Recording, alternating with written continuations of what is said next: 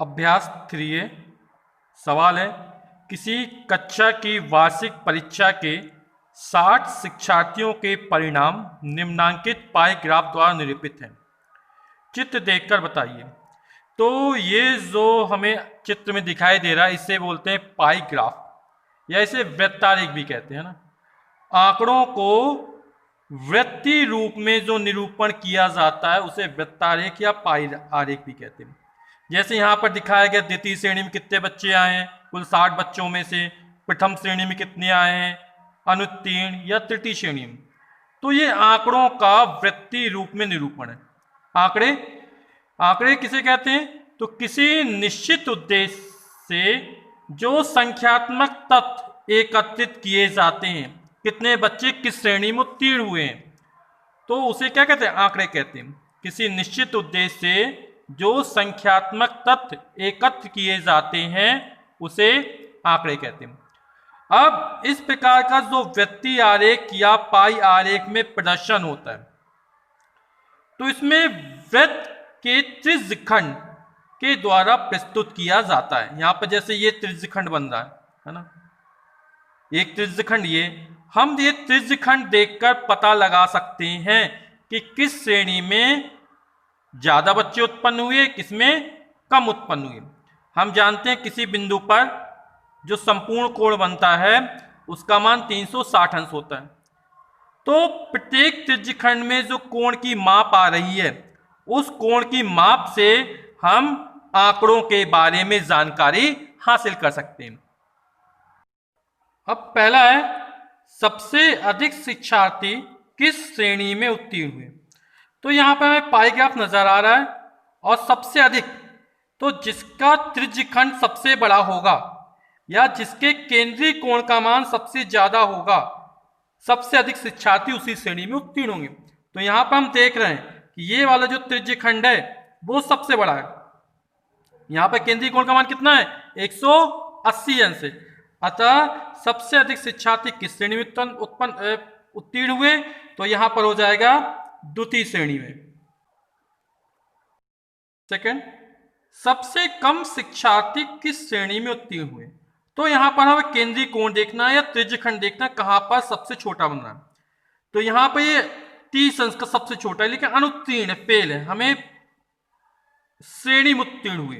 तो यहां पर फिर ये 60 अंश का कोण है प्रथम श्रेणी में, तृतीय श्रेणी 90 अंश का कोण है, 180 में द्वितीय श्रेणी कोण। तो प्रथम श्रेणी में क्या है? ये सबसे छोटा कोण बन रहा है ना, त्रिज्यखंड छोटा है तृतीय श्रेणी और द्वितीय श्रेणी की अपेक्षा। तो यहां पर इसका आंसर हो जाएगा प्रथम श्रेणी में।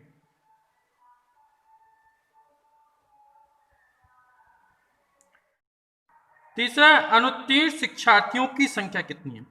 तो अनुत्तीर्ण शिक्षार्थियों की संख्या, तो अनुत्तीर्ण शिक्षार्थियों की संख्या केंद्रीय कोण का मान बटे संपूर्ण कोण का मान, और हमें देखना है कि कुल कितने बच्चे हैं। तो बच्चों की संख्या कितनी है?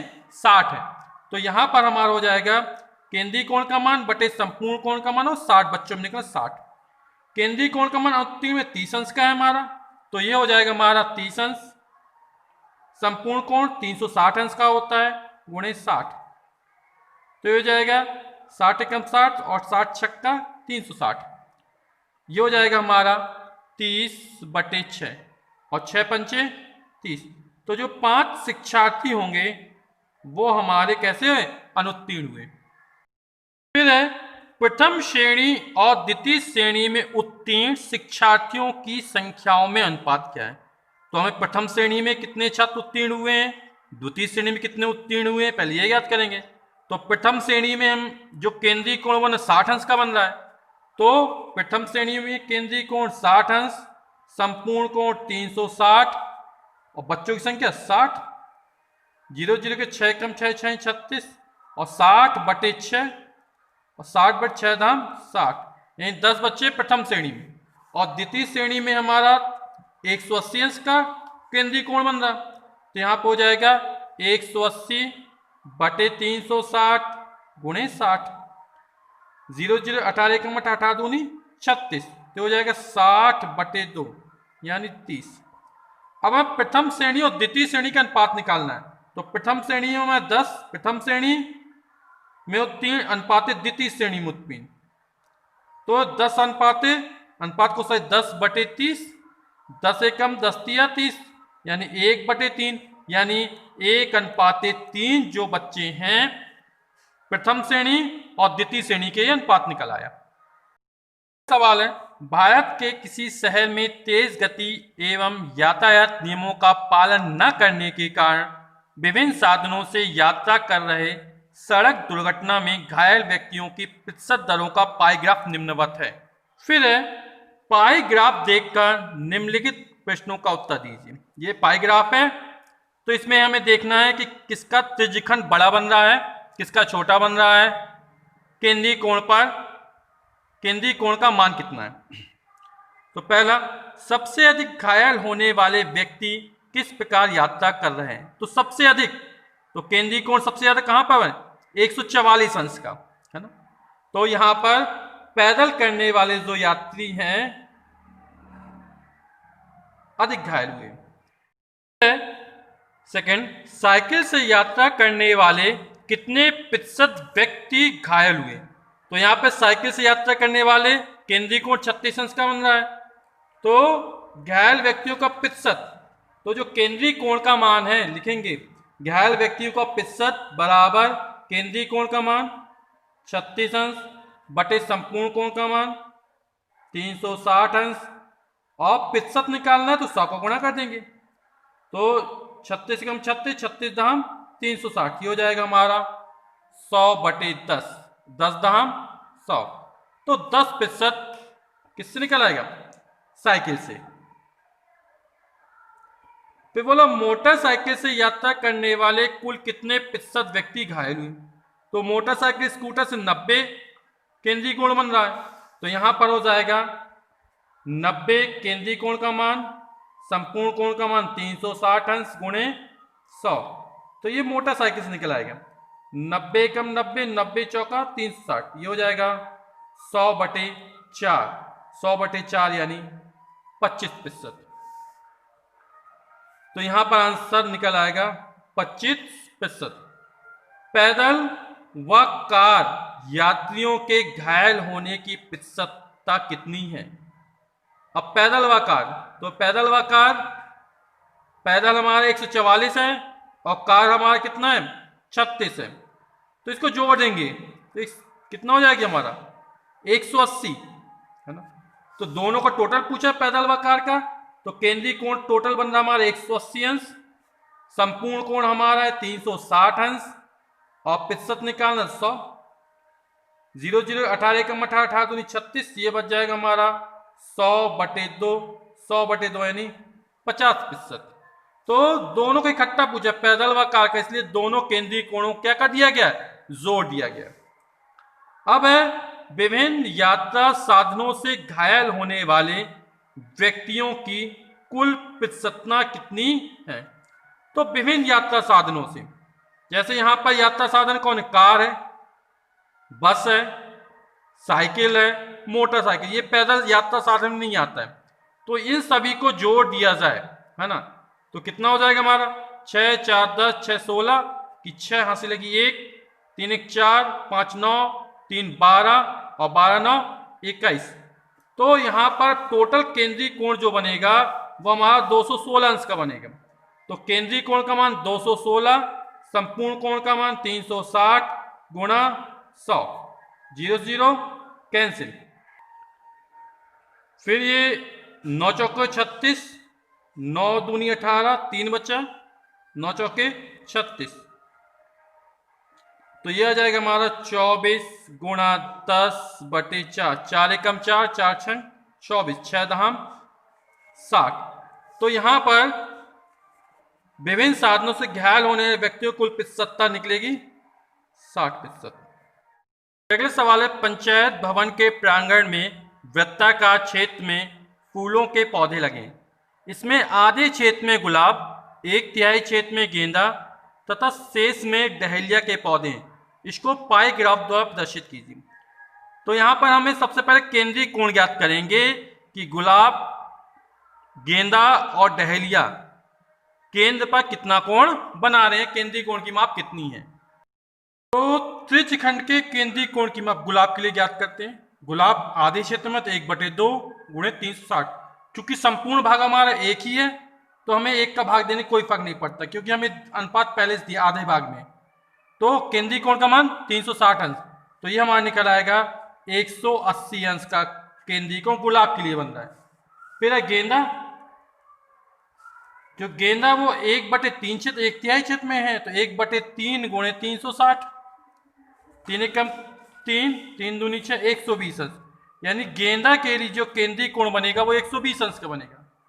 अब बोल रहा है कि जो शेष क्षेत्र है उसमें डहेलिया है, तो हमारा टोटल क्षेत्र कितना होता, 1 होता। उसमें गुलाब का भाग 1/2 है और गेंदा का भाग 1/3 है। इन दोनों को जोड़ेंगे और एक में से घटा देंगे, तो 1 माइनस ये हमारा निकल आएगा, लघुत्तम आएगा 6, 2 तिया 6, 3 दूनी 6, तो निकल आएगा 1 माइनस 3 दूनी 5/6, 6 कम 6 में 5 गए, तो यह हमारा आएगा 6 माइनस 5/6 यानी 1/6। तो हमारा जो डहेलिया है ये कितने अंश का केंद्रीय कोण बनाता है, तो हमारा निकल आएगा 1/6 गुणे 360 अंश, 6 कम 6, 6 6 36, तो ये 60 अंश का कोण हमारा बन रहा है। अब वृत्तार्क बनाने के लिए सबसे पहले एक वृत्त खींचते हैं। अब इसके केंद्र पर कोण बनाना स्टार्ट करना है, तो एक लाइन खींची हमने इस तरह की। अब जो हमारा गुलाब है वो 180 अंश कोण बना, तो 180 अंश ये सीधी सरल रेखा हो जाएगी हमारी, तो ये जो वाला जो कोण बनेगा वो हमारा हो जाएगा 180 अंश का। फिर गेंदा 120 अंश कोण बनाता है,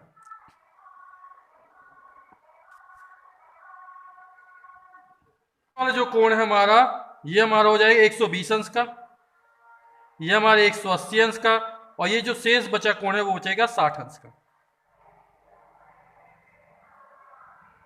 किसी समूह में कुल 36 शिक्षार्थी हैं, उनकी पसंद के गुलाब के रंग के आधार पर पाई ग्राफ बनाया गया है। पाई ग्राफ देखकर अलग अलग रंग पसंद करने वाले शिक्षार्थियों की संख्या दी गई सारणी में लिखी। जैसे यहाँ पर दिया गया है केंद्रीय कोण का मान 180 अंश है, 120 अंश का है और 60 अंश का है। हमें शिक्षार्थियों की संख्या ज्ञात करनी है, तो यहाँ पर गुलाबी रंग का केंद्रीय कोण 180 अंश है, शिक्षार्थियों की संख्या ज्ञात करनी है।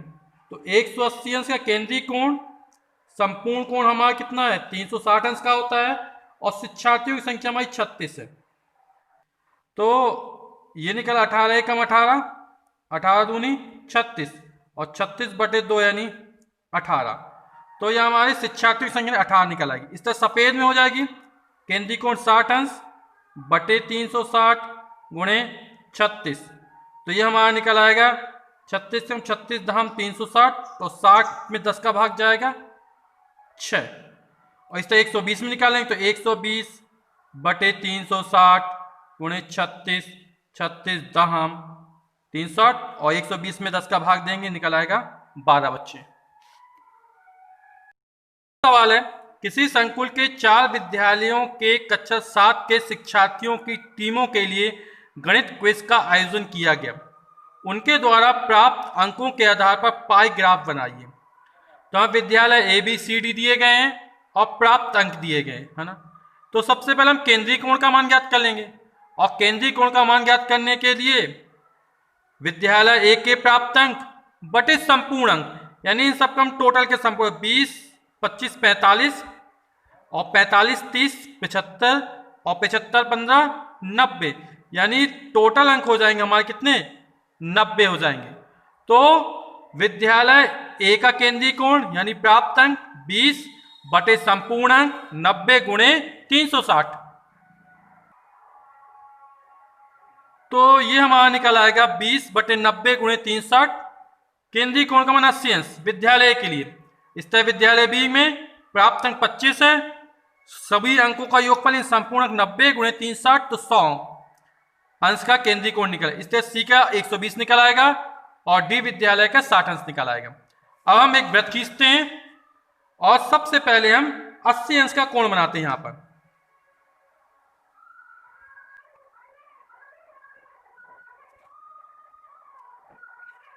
फिर दूसरा 100 अंश का कोण है, तो इस लाइन से फिर 100 अंश का कोण बनाएंगे।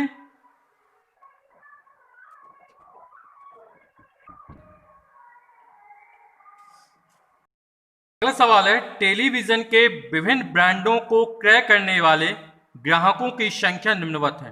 ब्रांड ABCDE और संख्या दी गई है 40, 20, 15, 15, 10।